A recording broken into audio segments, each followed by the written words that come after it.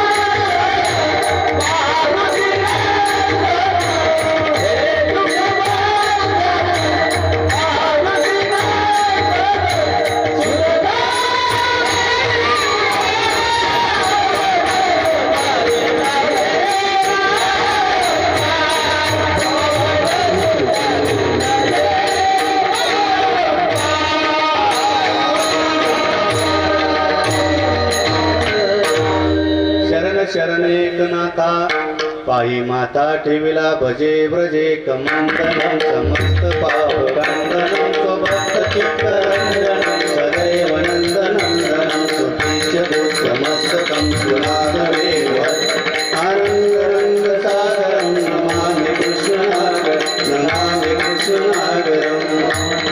सेवे लागी सेवक धारो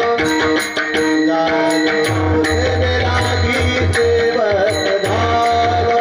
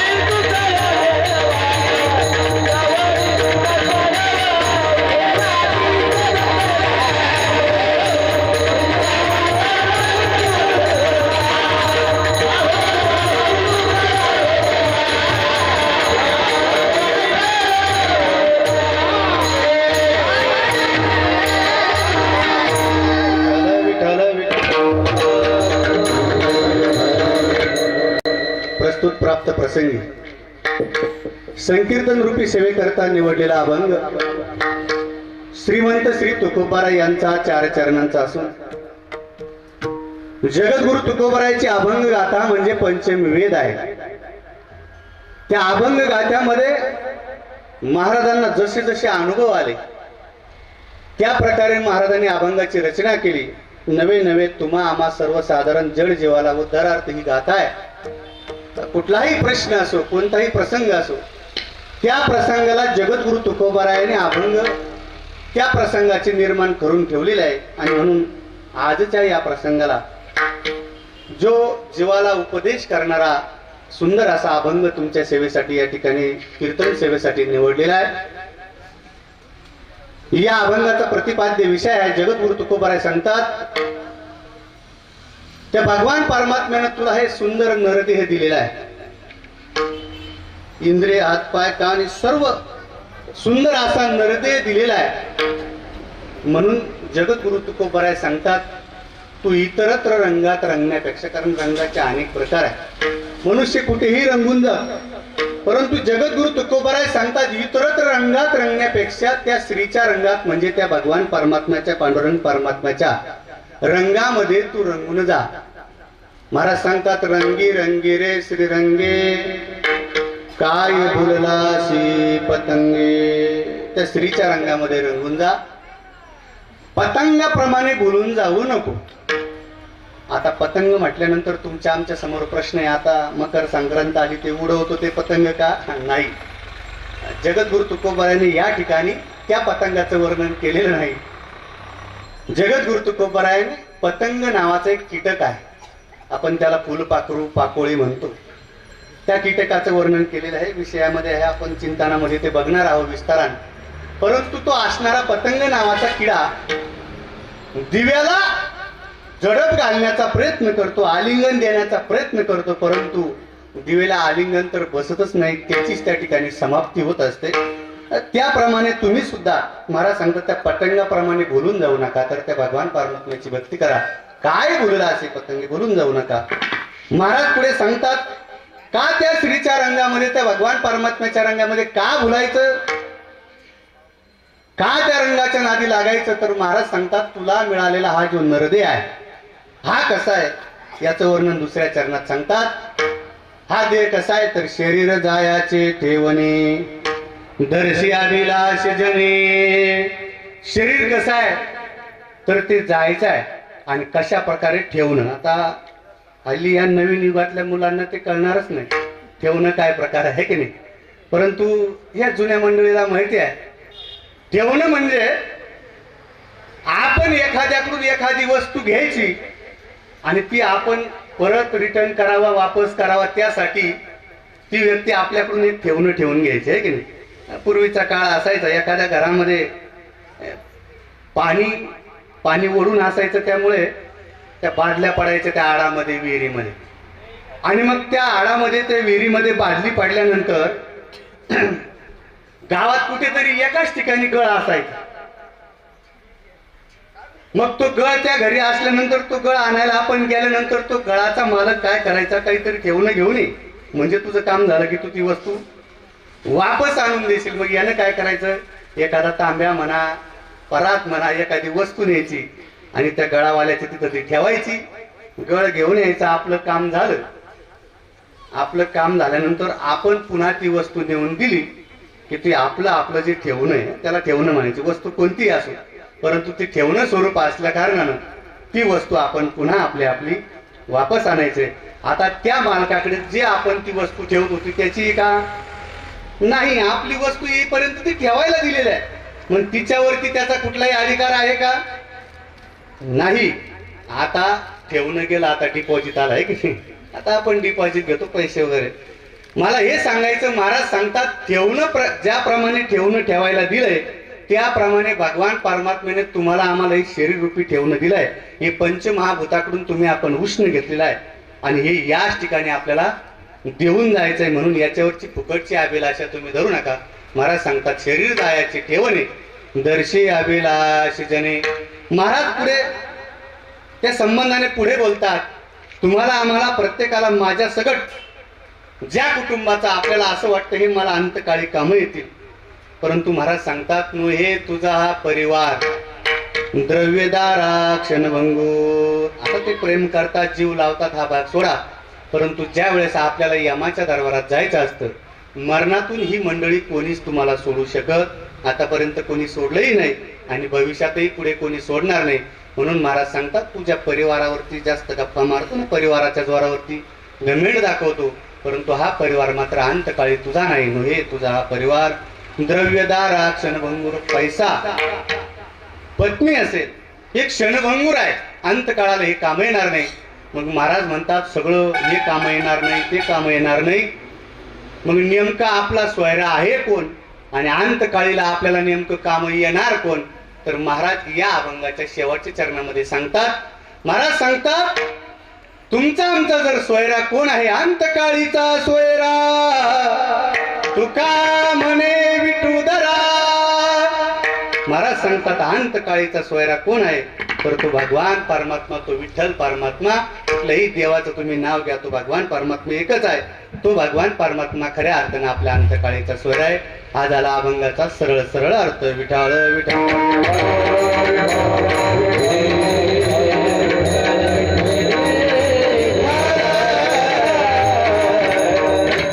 अभंगावरती विस्तृत चिंतन मांडण्यापूर्वी अल्पसहा परिहार देणं हे वक्त्याचं आद्य कर्तव्य आहे आणि तो येण्याप्रमाणे किम निमित्तानं हा कार्यक्रम आहे.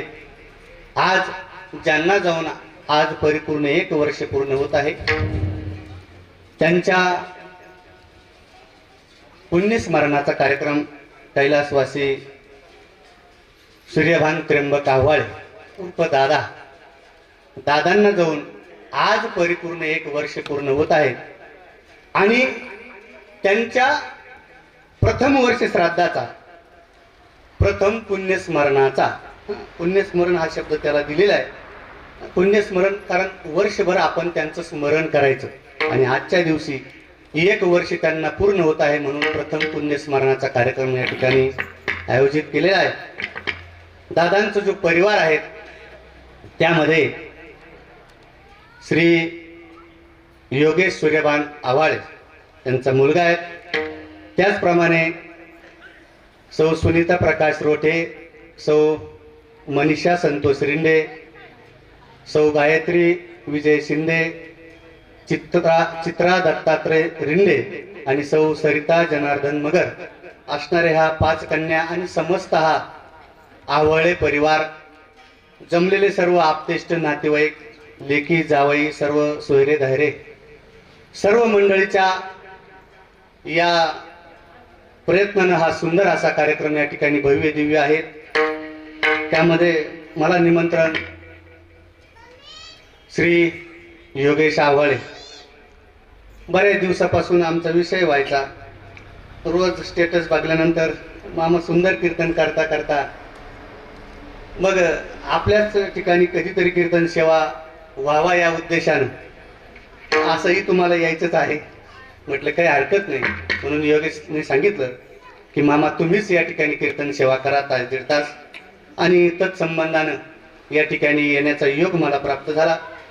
त्याचप्रमाणे खेळ नव्हे एकट्याचा म्हणून मेळ मिळविला, या न्यायाप्रमाणे या कीर्तन सेवेसाठी उपस्थित महाराष्ट्रातील दिग्गज मंडळी जरी ही आपल्या परिसरातील आहे, परंतु अख्खा महाराष्ट्र यांनी ढवळून काढलेला आहे, म्हणून ही थोर मंडळी या ठिकाणी उपस्थित आहेत.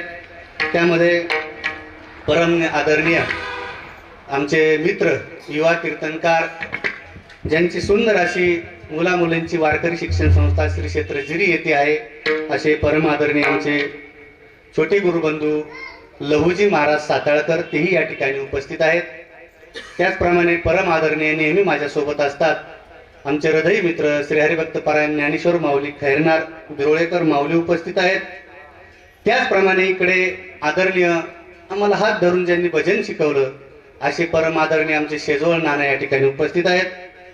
परम आदरणीय आता तर भजन्या मंडळीची फार उपलब्धी आहे, परंतु या जुन्या मंडळींनी जेव्हा कोणीच नव्हतं त्यावेळेस भजनाची या ठिकाणी परंपरा सांभाळली आमचे आदरणीय पुत्रवट प्रेम असतं आमच्या सर्व महाराज मंडळीवर.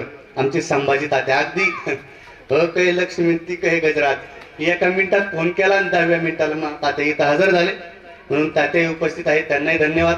परम आदरणीय आपल्या गावचं भूषण आहे, आपल्या गावची परंपरा जे सुंदर प्रकारे टिकवतात. नवे वारकरी संप्रदायाचं मी लहान होतो तेव्हापासून येतो, तेव्हा सुद्धा बाबा सुंदर प्रकारे हार्मोनियम वाजून भजन करायचे. त्याचप्रमाणे सुंदर प्रकारे त्यांनी भागवत कथाही केलेल्या आहे, कीर्तनही केलेले आहे. व्यापार क्षेत्रातही प्रगती आहे, म्हणून आमच्या वारकऱ्याचं प्रेम आदरणीय आमचे गोरख बाबा साकेगावकर, बाबा नावाला शोभती बरं का पदवी आहे, म्हणून बाबाही या ठिकाणी उपस्थित आहेत. परम आदरणीय आमचे सुंदर विनेकरी नामदेव पाटील आघाडी नावडीकर जोरदार असतात, परंतु आज विनेकऱ्याची भूमिका आहे म्हणून तेही या ठिकाणी उपस्थित आहेत. तत्संबंधाने जमलेली सर्व मंडळी, माझे नात्यातील प्रेमातील आता सगळेच पाहुणे मंडळी या ठिकाणी उपस्थित आहेत, आणि प्रत्येकाचा नाम उल्लेख केला एखाद्याचं राहून जाईल, आणि राहिल्यानंतर त्यांना माझा गट नंबर सगळं माहिती आहे की नाही, त्याच्यामुळे मला बोलण्याची दाट शक्यता आहे, म्हणून सर्वांच्या चरणी विनम्र भावाने वंदन करतो. त्यातच आपला वेळ जाईल. एक थोडंसं कीर्तन उशिरा सुरू झालं, परंतु संयोजक मंडळीनं सांगितलं होतं की आमचा तिकडचा कार्यक्रम उरकल्यानंतरच आपण इकडे कीर्तन सेवा ठेवू, म्हणजे त्या संबंधाने आम्हालाही श्रवण या ठिकाणी होईल, कीर्तन ऐकण्याचा योग येईल. थोडासा उशीर जरी झाला तरी काही हरकत नाही, त्यांच्या परवानगीने थोडंसं उशिरा कीर्तन सुरू झालं आणि उशिरा थोडं संपेल, म्हणून सर्व मंडळी या ठिकाणी उपस्थित आहेत. महिला मंडळी, पुरुष मंडळी, सर्वांना त्या ठिकाणी विनम्र भावाने वंदन करतो. सर्वच मंडळी या ठिकाणी कीर्तनासाठी उपस्थित सर्वांना विनम्र भावाने वंदन करतो. आणि ही कीर्तन सेवा दादांचं पुण्यस्मरण आपल्याला जेव्हाही आठवण होईल दादांची, की आपल्या दादांचं पुण्यस्मरण कसं आहे, कशा पद्धतीने कीर्तन कार्यक्रम झाला, हे जेव्हाही आपल्याला मनात येईल तेव्हा बघण्यासाठी ज्ञानाई कीर्तन स्टुडिओ या युट्यूब चॅनलचे आमचे आदरणीय कृष्ण भाऊ या ठिकाणी उपस्थित आहेत उपळेकर. ज्ञानाई कीर्तन स्टुडिओ या नावानं माझे बरेचसे भागवत कथा आहे, कीर्तन त्या युट्यूब चॅनल आहे. महाराष्ट्रातील थोर कीर्तनकाराची कीर्तन त्या चॅनलवरती असतात, म्हणून योगेश दादांच्या प्रयत्नानं तेही या ठिकाणी उपस्थित आहे. म्हणून सर्वांना पुनश्च एकदा धन्यवाद देतो आणि आपल्या कीर्तन सेवेकडे वळतो. विठ्ठल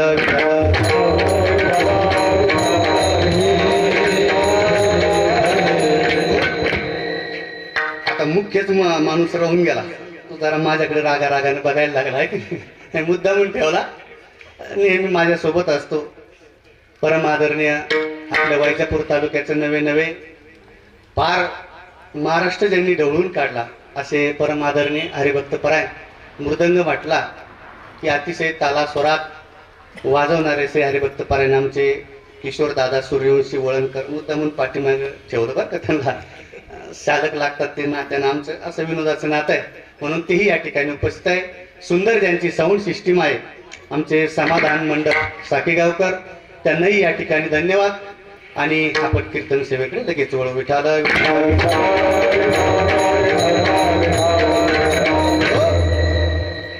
खऱ्या अर्थानं या मृत्यू लोकांमध्ये तुमचा आमचा जन्म झाल्यानंतर त्या भगवान परमात्म्याने तुम्हाला आम्हाला हा मनुष्य दिलेला आहे. मग इथं आल्यानंतर या मृत्यू लोकात आल्यानंतर आपल्यावरती बरेचसे लोकांचे ऋण असतात आहे की ऋण म्हणजे कर्ज उपकार. मग त्यामध्ये प्रामुख्याने 2-3 ऋणाचा आपण विचार करू आणि आपण सरळ सरळ अभंगामध्ये शिरू. आता सगळ्यात प्रथम ऋण आहे, काही प्रामुख्याने काही ऋण मानले जातात. त्यामध्ये एक आहे देव ऋण, येथे भगवान परमात्म्याचं ऋण. दुसरं ऋण आहे संतांचं ऋण, संत ऋण. आणि तिसरं ऋण आहे ते म्हणजे पितृऋण, म्हणजेच पितरांचं ऋण. थोडा थोडा विस्तार आपण या शब्दांचा करू म्हणजे तुमच्या लक्षात येईल. सर्वप्रथम आपल्यावरती उपकार आहे त्या देवाचे देव ऋण आपण मानलं पाहिजे. तुम्ही म्हणसाल का देव ऋण मानलं पाहिजे? खऱ्या अर्थानं त्या भगवान परमात्म्याच्या कृपेने, भगवान परमात्मा तुम्ही कुठलाही माना, देव इथून तिथून एकच आहे, त्या भगवान परमात्म्याच्या कृपेने तुम्हाला आम्हाला ह्यो मनुष्य देव प्राप्त झाला.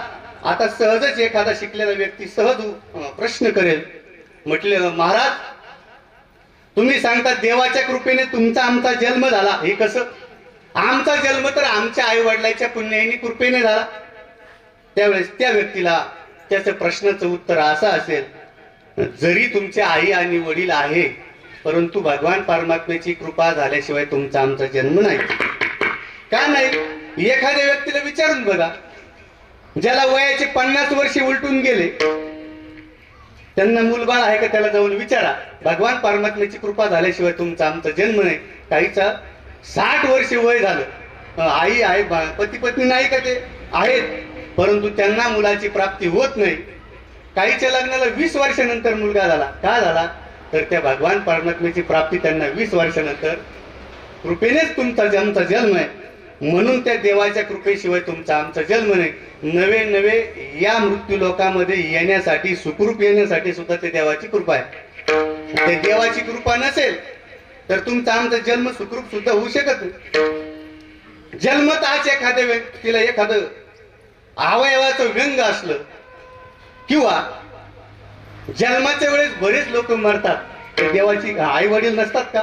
असतात, परंतु देवाची कृपा नसल्यामुळे त्यांना आयुष्य भेटत नाही. सर्वसाधारण एक विचार करा, एखादी महिला माता गरोदर आहे आणि ज्यावेळेस तिची प्रसूतीची वेळ, डिलिव्हरीची वेळ ज्यावेळेस येते आणि मग तिला दवाखान्यामध्ये नेण्यात येतं, बाळ आडवं आलेलं असतं. बाळ आडवं आल्यामुळे प्रकार घडतो असा.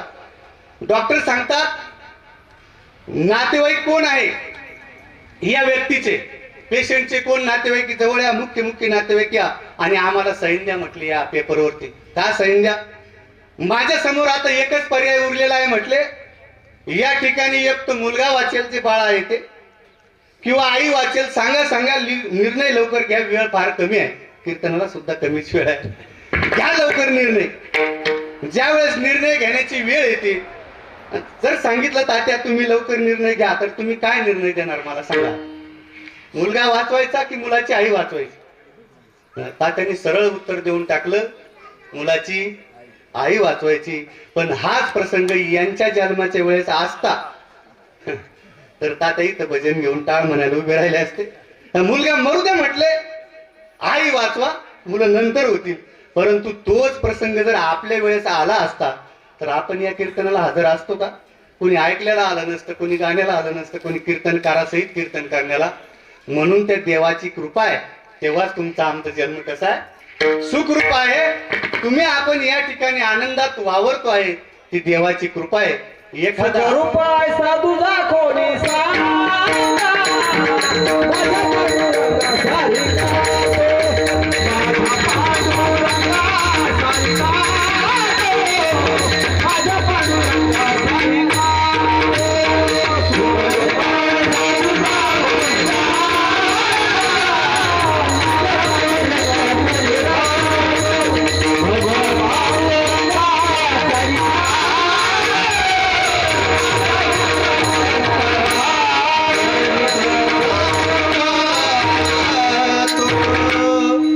म्हणजे तुमचा आमचा आपण या ठिकाणी वावरतोय त्या भगवान परमात्म्याची कृपा आहे, म्हणून त्या देवाचं ऋण आपल्यावरती आहे. दुसरं ऋण काय आहे तर संतांचं ऋण आहे.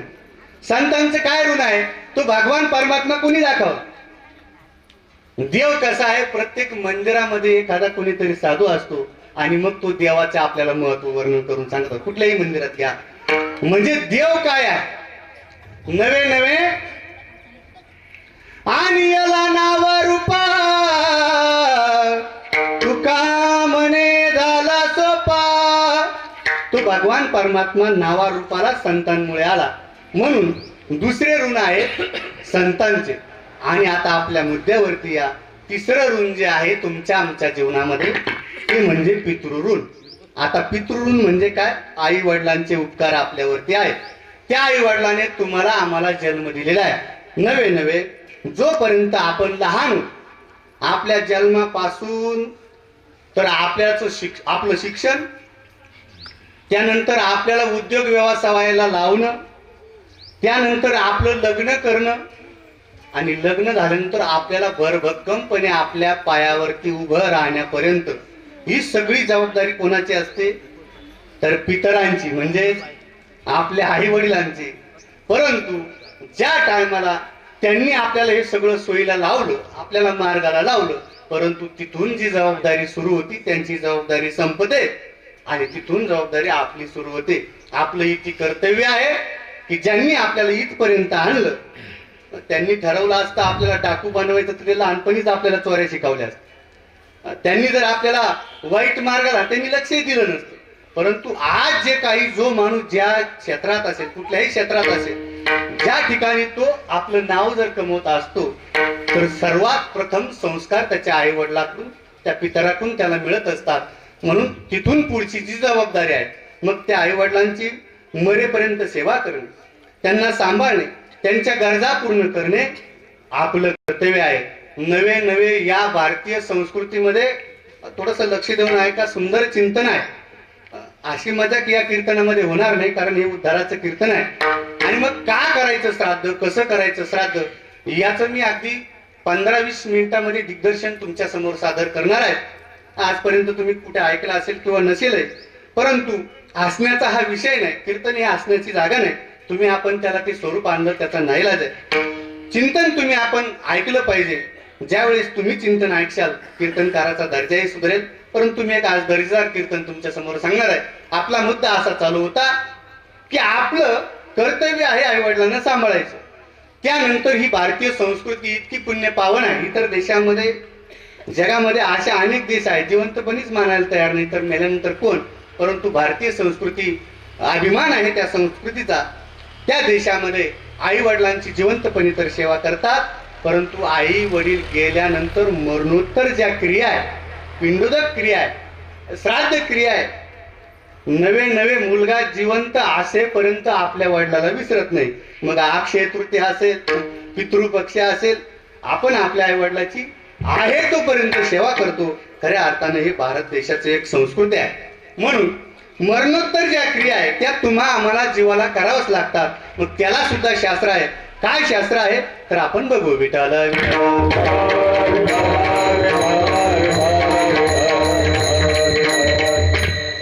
मनुष्य गेल्यानंतर, मेल्यानंतर, कारण हे मृत्यूलोक, इथं हा जन्म सुद्धा सहजासहजी प्राप्त होत नाही आणि जाताना सुद्धा सहज जात नाही. असं काही मोबाईल स्विच ऑफ केल्यासारखा केला स्विच ऑफ आणि केला स्विच ऑन असं नाही. याला अगोदरही 9 महिने 9 दिवसाची प्रक्रिया असते जन्माला येण्यासाठी, आणि गेल्यानंतर सुद्धा त्याचा पुढचा प्रवास परिपूर्ण 1 वर्षाचा, म्हणजे आज वर्ष श्राद्धापर्यंत दादांचा प्रवास, हा प्रवास असतो. त्याला शास्त्र आहे.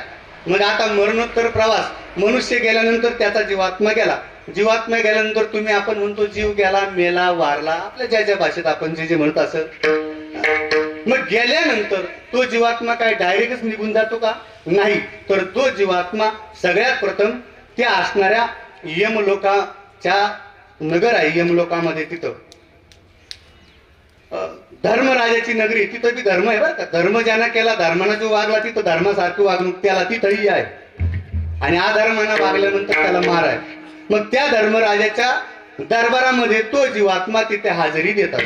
हजेरी दिल्यानंतर तिथून तो 3 तासाच्या आत या ठिकाणी येत असतो. म्हणून शास्त्र असं सांगतं, एखादी व्यक्ती गेल्यानंतर असं कुठं ऐकलं का तुम्ही, माणूस गेला लगेच अंत्यविधी केली लगेच जाळा नाही, किमान 3 तासाच्या नंतरच त्याची ह्या क्रिया करावं लागतात. त्याला शास्त्र आहे. तो जीवात्मा तिथं हजेरी देऊन येत असतो. मग इथं आल्यानंतर तो जीवात्मा राहतो कुठे, तो 13 दिवस सूक्ष्म रूपाने तो जीवात्मा याच ठिकाणी स्थित असतो. लक्ष देऊन चिंतन आहे का, गरुड पुराणात बरंचसं वर्णन आलेलं आहे. मग तो जीवात्मा 13 दिवस इथंच असतो. मग तुम्ही म्हणता इथं राहतो तर कुठं असतो, तो सूक्ष्म रूपात राहतो. तो तुम्हाला आम्हाला बघता येत नाही, तो सूक्ष्म रूपानं राहतो. मग तो सूक्ष्म रूपानं राहतो. मग राहिल्यानंतर त्याला राहण्याची जागा, तर तुम्ही आपण जो 20व्याचा दगड घेतो, आपण मेल्यानंतर 20वा देण्याची पद्धत आहे, आणि त्या 20व्याच्या ठिकाणी आपण एक दगड उचलत असतो. आता पुराणे मंडळीला माहिती आहे, नंतर या प्रथा बंद होत चालतील आता, कारण लोक त्याला लक्ष द्यायला तयार नाही. मग तो 20व्याचा दगड उचलल्यानंतर त्याच दगडानं ते पाणी दिल्यानंतर घागरीला टोचे मारतो. तो दगड, तो 20व्याच्या दगडाच्या रूपानं तो जीवात्मा स्थित असतो. म्हणून त्या 20व्याच्या दगडाला आपण पावित्र्यतेचं राखलं पाहिजे. ही जुनी मंडळी त्याला कुठेतरी लपवून ठेवायची. का लपवून ठेवायची, ते काही कोणी नेईल का, नाही, परंतु त्याच्यावरती काही वाईट सावली वगैरे पडू नये म्हणून त्या दगडाची ते काळजी घ्यायची. बऱ्याचशा भागामध्ये त्या 20व्याच्या दगडाला समोर पाट मांडतात, त्याच्यावरती कोऱ्या कापडामध्ये त्या दगडाची पूजा सुद्धा दररोज आपण दिवा वगैरे लावतो त्या ठिकाणी करतात, कारण तो जीवात्मा त्या 20व्याच्या दगडाने स्थित असतात. त्यानंतर पुढचा त्याचा प्रवास, शरीर तर या ठिकाणी जळणार आहे. शरीर गेल्यानंतर शेवटचा तो यज्ञ सांगितलाय, अंत्येष्टिक्रिया. काही समाजामध्ये दफनविधी आहे, एकच विधी आहे. काही मध्ये दहनविधी, आपण दहनविधी करतो. दफनविधी म्हणजे पूर्ण दहनविधी तुम्ही आपण करतो. दहनविधी करत असताना तो जीवनातल्या तुमचा शेवटचा यज्ञ आहे. मग बऱ्याच ठिकाणी तो दहनविधी सुद्धा सर्पनवला असेल, काही असेल तर रॉकेलचे ड्रम पेट्रोलचे वाटले जातात. परंतु त्या जीवात्म्याच्या 16 संस्कारापैकी अंत्यसंस्कार एक संस्कार आहे. त्याला काही टायरनं रॉकेलनं जाळू नये, म्हणून त्याच्यासाठी सुद्धा चिता कशी असावी, चन्नाची चिता असावी. चन्नाची आता जरा बंदी आली, चन्नाचे लाकडच भेटत नाही, परंतु गावरान गाईच्या गोवऱ्या असावा. त्यानंतर हेच ते ओलं सरपण असेल तर भीमसेनी नावाचा कापूर भेटतो, तोही पेट्रोल इतका पेट घेतो. त्यानंतर गावरानी तूप असावं. त्या अंत्यविधीमध्ये प्रामुख्याने पळसाचं लाकूड असावं. पळसाच्या लाकडाला का महत्व आहे, तर पळसाच्या झाडाला गरुड पुराणात फार महत्व आहे. जर एखादी व्यक्ती पूर्वीच्या काळामध्ये देशाटनाला जायची, प्रवास करायला जायची, फोन नसायचा, वाहन नसायचे, फक्त सांगायचा मी 6 महिने व्यापार करून येईल. 6 महिने घरची मंडळी वाट पाहायची. 7 महिने, 8 महिने, 10 महिने झाले की समजून घ्यायचं जंगल असायचे, हिंस्र बसून याला खाल्लं असेल, किंवा काही मरणाने मेला असेल, किंवा काही अपघात झाला असेल, हा माणूस मेला. 2-4 महिने घरची मंडळी वाट बघायची, आणि नंतर मग त्याची क्रिया ते करतात. मग ती क्रिया करायची, मग त्याला अग्निडाग द्यायचा, अंत्यसंस्कार करायचे. कसे करायचे, मग त्यावेळेस गरुड पुराणात उल्लेख आलेला आहे. 260 पानाचा पुतळा बनवायचा, पानं लावून 260 पानाचा पळसाच्या पानाचा पुतळा बनायचा, आणि मग त्याची शेवटची विधी करायची. म्हणजे त्या जीवात्म्याला ते त्या ठिकाणी पुण्य प्राप्त होत असतं. म्हणून पळसाच्या लाकडाला फार महत्व आहे. त्यानंतर शेवटी आपण पाणी देतो. पाणी देत असताना अंगठ्याने आणि या तर्जनी नावाच्या बोटानेच आपण त्याला पाणी देत असतो, बरं का. का देतो, शास्त्राने हे आपल्या हाताची बोट सुद्धा वाटून दिलेले आहे. ही आहे करंगुळी, करंगळीच्या बाजूला आहे अनामिका. ही अनामिका बोट आहे देवतांसाठी आहे. देवताचं कुठलंही कार्य करा, देवताला अक्षदा वाहताना या अंगठा सगळ्याला साक्षी आहे, अंगठा सगळ्याला साक्षी आहे. या अनामिका नावाच्या बोटाने कुठलंही देव कार्य करायचं असेल तर त्यानं गंध लावावा. त्याच अनामिकेने फुल व्हावा, अक्षदा व्हावा. देवाचं काही दान करत असताना त्या अनामिका नावाच्या बोटानेच तुम्ही आपण केलं पाहिजे, बरं का. त्यानंतर ही आहे मध्यमा. ही मध्यमा तुमचा आमचा स्वतःचा उद्धार करण्यासाठी, बरं का. आपलं स्वतःच्या उद्धारासाठी बरीचशी मंडळी काही दान करतात, तर ते या मध्यमा नावाच्या बोटानं करायचं. आपल्या स्वतःच्या उद्धारासाठी गंध लावायचा याच बोटानं लावायचं. आपल्या स्वतःसाठी कुठलंही कर्तव्य करत असताना या मध्यमा नावानं बोटानं करायचं, म्हणजे ते आपल्याला प्राप्त होतं. आणि त्यानंतर ही असणारी तर्जनी नावाचं बोट आहे, हे शास्त्रानं पितरासाठी ठेवलेलं आहे. म्हणून ब्राह्मण भूदेव सांगतात, या तर्जनी नावाच्या बोटामध्ये दर्भाची अंगठी घालायची आणि त्यानं दान करायचं, म्हणजे ते त्या व्यक्तीला प्राप्त होतं. तुम्ही का बोटात घोळ केला, ते दुसरीकडे जाण्याची शक्यता आहे की नाही. फोन नंबर सारखा एखादा नंबर चुकला की गेला दुसरीकडे लागतो, त्याप्रमाणे हे केलं पाहिजे. म्हणून ब्राह्मण भूदेव आपल्याला, म्हणून शेवटी जे आपण पाणी देतो ते कशानं देतो, मातीच्याच घागरीने देतो आहे की नाही मडक्यामध्ये. असं कुठं झालं की एखादा माणूस फार श्रीमंत आहे, त्यानं सोन्या चांदीची घागर आणली नाही, त्याची इच्छाही राहत नाही, आणि असली इच्छा तरी ते चालत नाही. मातीचा घट का वापरावा लागतो, कारण या तुमचा आमचा जीवाचा तो जीवात्मा याच मातीतून या पंचमहाभूतातून तयार झाला, आणि इथंच त्याला ठेवून जायचं. हे तुमच्या आमच्यासाठी सांगण्यासाठी उपदेश आहे. म्हणून त्याला मातीचा घट असावा लागतो. आणि या तर्जनी नावाच्या बोटाने शेवटचं पाणी दिलं जातं. पाणी दिल्यानंतर अग्निसंस्कार केले जातात. अग्निसंस्कार झाल्यानंतर त्याच्या पुढे विधी येतो रक्षाविधी. आता रक्षाविधी हा तीर्थावरच का न्यायचा, बऱ्याचशा लोकांची शंका आहे. अहो, जीवन जगत असताना बाप आपल्यासाठी किंवा आई आपल्यासाठी जीवन जगत असताना प्रत्येक लेकराची ओढ करत असते, आपण पुढे घेतो प्रमाण. मग तो कधी तीर्थयात्रा नाही, कुठं देव नाही, धर्म नाही, आपल्या मुलाबाळासाठी आयुष्यभर झटत असतो. बरीचशी मंडळी त्यांना मारुतीचं मंदिर माहिती नाही, तेव्हा तीर्थयात्रा कधी माहिती, सारखं मुलांसाठी झटत असतात, आणि झटता झटता त्याचा प्राण जातो. मग प्राण गेल्यानंतर त्या जीवात्म्याचं राहून जातं ना. म्हणून मागच्यांचं कर्तव्य आहे, त्याच्या निदान या शरीराला काहीच घडलं नाही, थोडीशी राख याची तीर्थस्नानाला नेली, निदान शेवटची त्या शरीराला आंघोळ तरी घडेल, किंवा गंगेला अर्पण केल्यानंतर गंगा स्नानाचं पुण्य त्याला प्राप्त होईल. या संदर्भाने राख त्या ठिकाणी न्यायची म्हणजे सगळीच गाडी भरून न्यायची अशी नाही, तिथेही तीर्थ दूषित करू नये. आपल्याला थोडीशी राख न्यायची, उरलेली आपल्या शेतामध्ये ठेवून त्यांच्या नावाने एखादं झाड लावलं तर आपलं पर्यावरणाचंही संवर्धन होईल. आणि आपण ज्या वेळेस त्या झाडाजवळ गेलो की आपल्याला त्या झाडाचं स्मरण झाल्यानंतर आपल्याला आठवण होते. काही स्मरणार्थ झाडं वाटप करतात. सहज कोणी विचारलं का, झाड लय भारी आहे, याचं फळ लय भारी, त्यावेळेस तो माणूस सहज बोलून जातो, हो मी काही विकत नाही घेतलं, त्यांनी मला दान दिलं, म्हणजे त्याचं स्मरण होतं. म्हणून असा रक्षाविधीचा असा प्रकार आहे. त्यानंतर आला पुढे दशक्रियाविधी. बरं, आता दशक्रियाविधीच्या दिवशी आपण काय करतो, त्या असणाऱ्या तिळदान करतो आहे की नाही, आणि पिंडदान करतो.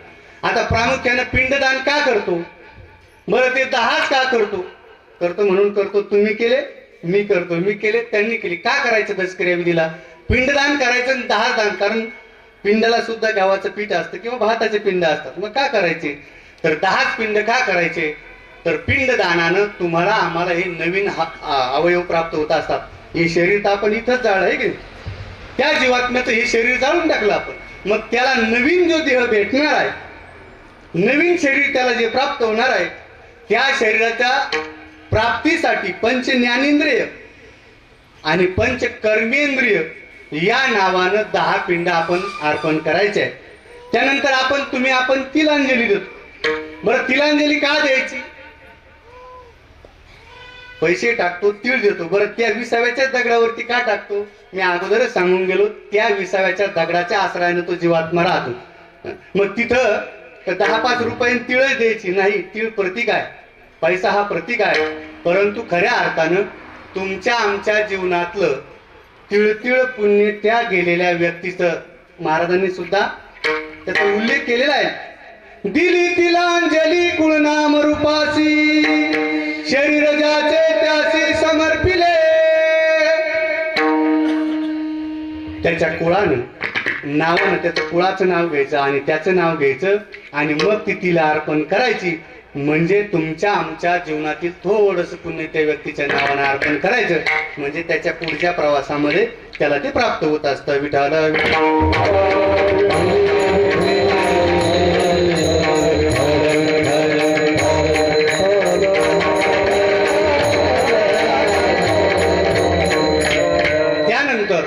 10 क्रिया झाल्यानंतर 13व्याचा विधी आहे. आता 13व्या दिवशी तुम्ही आपण जो नैवेद्य देतो तो जीवात्मा तो नैवेद्य प्राशन करतो आणि त्याचा पुढचा प्रवास तिथून सुरू होतो. मग तो प्रवास आजपर्यंत म्हणजे वर्ष श्राद्ध होईपर्यंत तो प्रवास असतो. बरं, तो प्रवास करत असताना तुम्हाला आम्हाला वाटतो तितका काही तो सोपा प्रवास. ते काही कुठं पिकनिकला किंवा 2 धाम यात्रेला नाही. 2 धाम यात्रेला गेल्यानंतर प्रवास आपला महिनाभर असतो आणि आपण खाण्याचे पदार्थ 2 महिन्याचे घेतो. खारी खोबरं सगळ्या व्यवस्था. तांब्यानं चहा पितात म्हणतात. मी काय अजून तीर्थयात्रा जास्त केल्या नाही, पण असं म्हणतात लोक तांब्यानं सगळी व्यवस्था. थोडीशी जेवणाची वेळ कमी झाली, ज्याने यात्रा नेलेली त्याच्यावरती लोक रागावतात. मला हे सांगायचंय तो प्रवास एवढा सुखकर नाही. मग त्या प्रवासामध्ये अनेक त्रास आहे.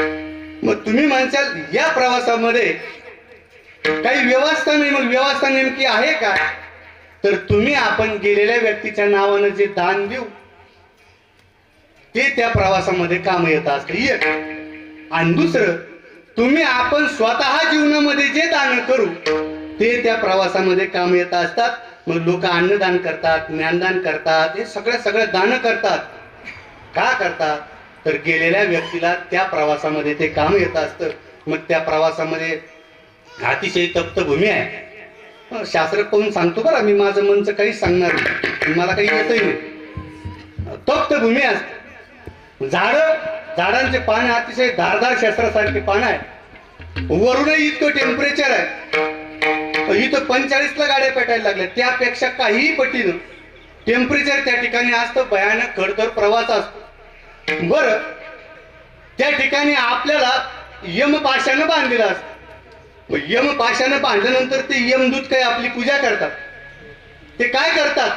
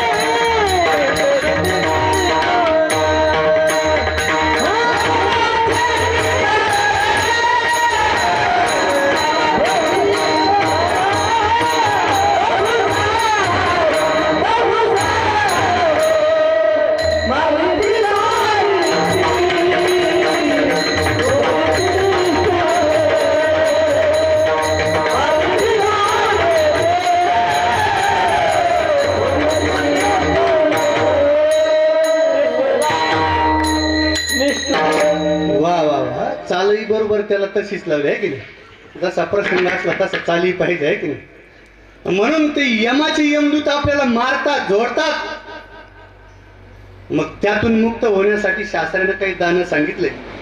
आता दान म्हणल्यानंतर तुमच्या मनात शंका आली, हा काही दान न्यायला तर नाही आला, त्याच्यासाठीच मी गाडी आणली नाही, आज मोटरसायकल आणली आहे की नाही.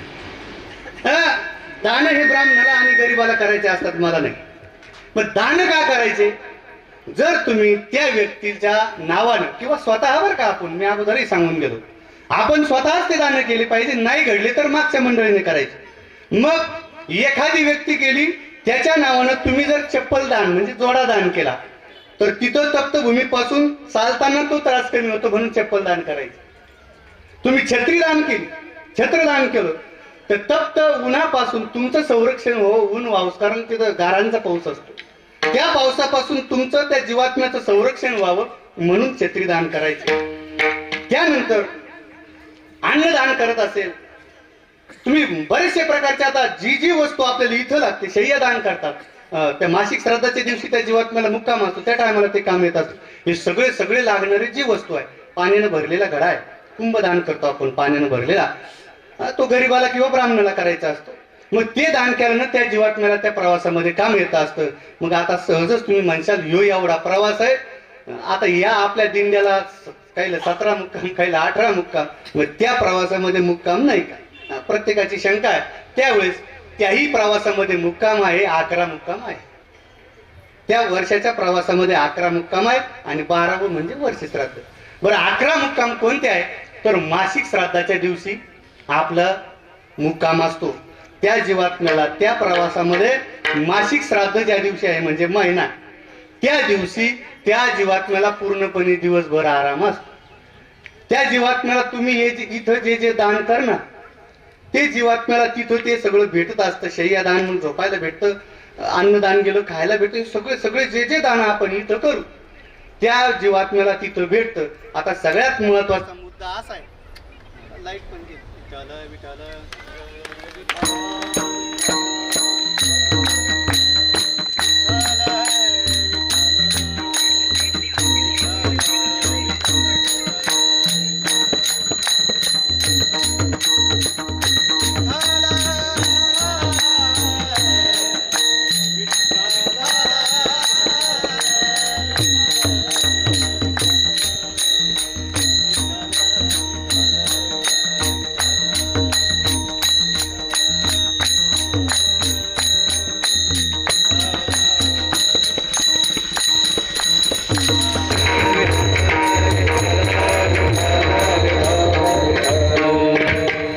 शंका अशी, मासिक श्राद्ध बरेच लोक तारखेप्रमाणे घालण्याचा प्रयत्न करतील, परंतु ते शास्त्रात बसत नाही. तुम्हाला माना नका मानू, माझं सांगण्याचं काम आहे. ग्रंथ पाहून मी सांगतो, तुम्हाला जे करायचं ते करा. परंतु मासिक श्राद्ध, बऱ्याच लोकांना मासिक श्राद्ध घालावं कधी हे माहिती नाही. हे तारखा जे आहे ना, हे आपलं नाही बरं, हे इंग्रजांचं आहे. इंग्रज आले, 150 वर्ष भारतात राज्य केलं, आपली भाषा सोडून गेले ना, आपलं कॅलेंडर सोडून गेले ना, आपण तेच धरून बसलो. बऱ्याचशा लोकांना आजही माहिती नाही आज काय तिथी आहे मराठी महिन्याची. आपण भारतात राहून आपली भारताचा असतं ते पंचांग, आज कोणती तिथी आहे ती बऱ्याचशा लोकांना माहिती नाही. मला वाटतं चतुर्दशी तिथी आहे, बऱ्याचशा लोकांना माहिती नाही आजची काय तिथी आहे.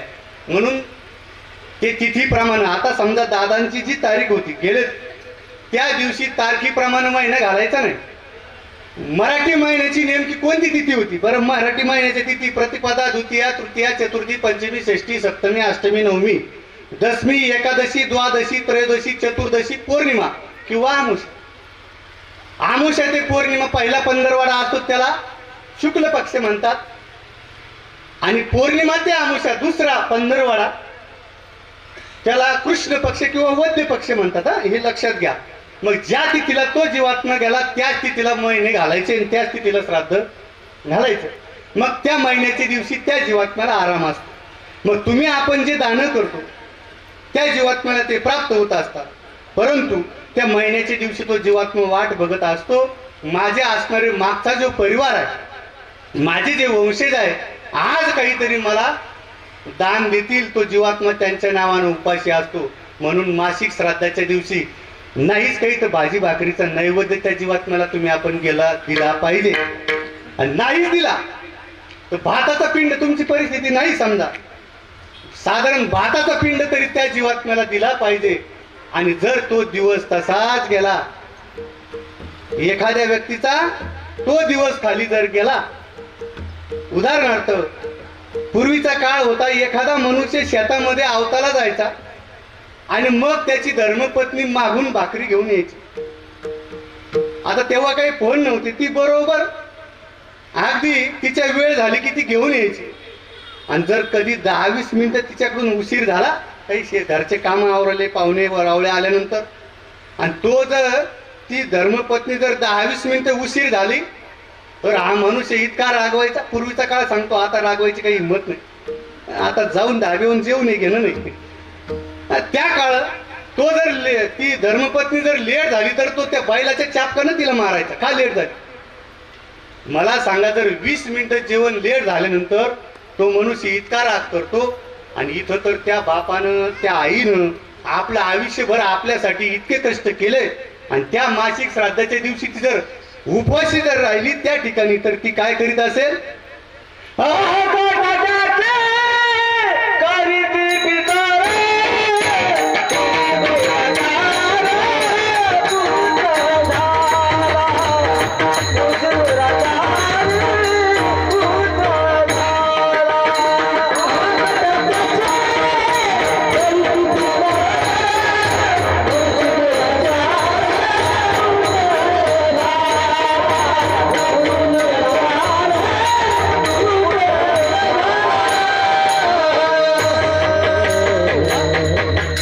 समर्पक प्रमाण. मी काही माझं मनचं तुम्हाला सांगितलं सांगणारच नाही. महाराज सांगतात कटा त्यांचे करीती पितर वंशी दुराचारी पुत्र झाला.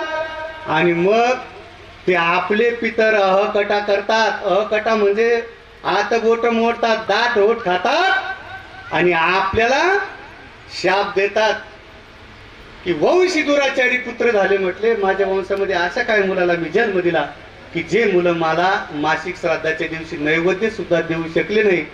मग पितरांचा कोप होतो. एक वेळेस देवांचा कोप चांगला, संतांचा कोप चांगला, फार फार काही बिघडणार नाही.